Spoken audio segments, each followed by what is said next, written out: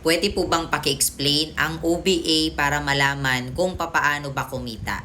Ayan, sabi ni Sir Noel Fernandez, isa sa mga follower natin na nagtatanong at interesado sa Online Business Academy. Alam nyo guys, matagal ko na din tong nasagot, pero for the sake mo, Sir Noel, okay, para mas mapaliwanag natin, or maybe baka bago ka lang nag-follow sa akin, or baka naman nakita mo lang yung video na to kasi nga baka naghahanap ka ng marami pang informations about this online platform. So, ang Online Business Academy guys, or OBA, is a digital online business. Isang legit po ito na negosyo guys kung saan tayo ay nasa service base. So hindi mo kailangan magbenta ng products or mag-promote ng kahit anong produkto para kumita. Ang gagawin mo lang is yung mga tasks natin, just like setting of appointment, assisting ng clients, at taga-posting lang ng materials and scripts na ipoprovide sa iyo ng team.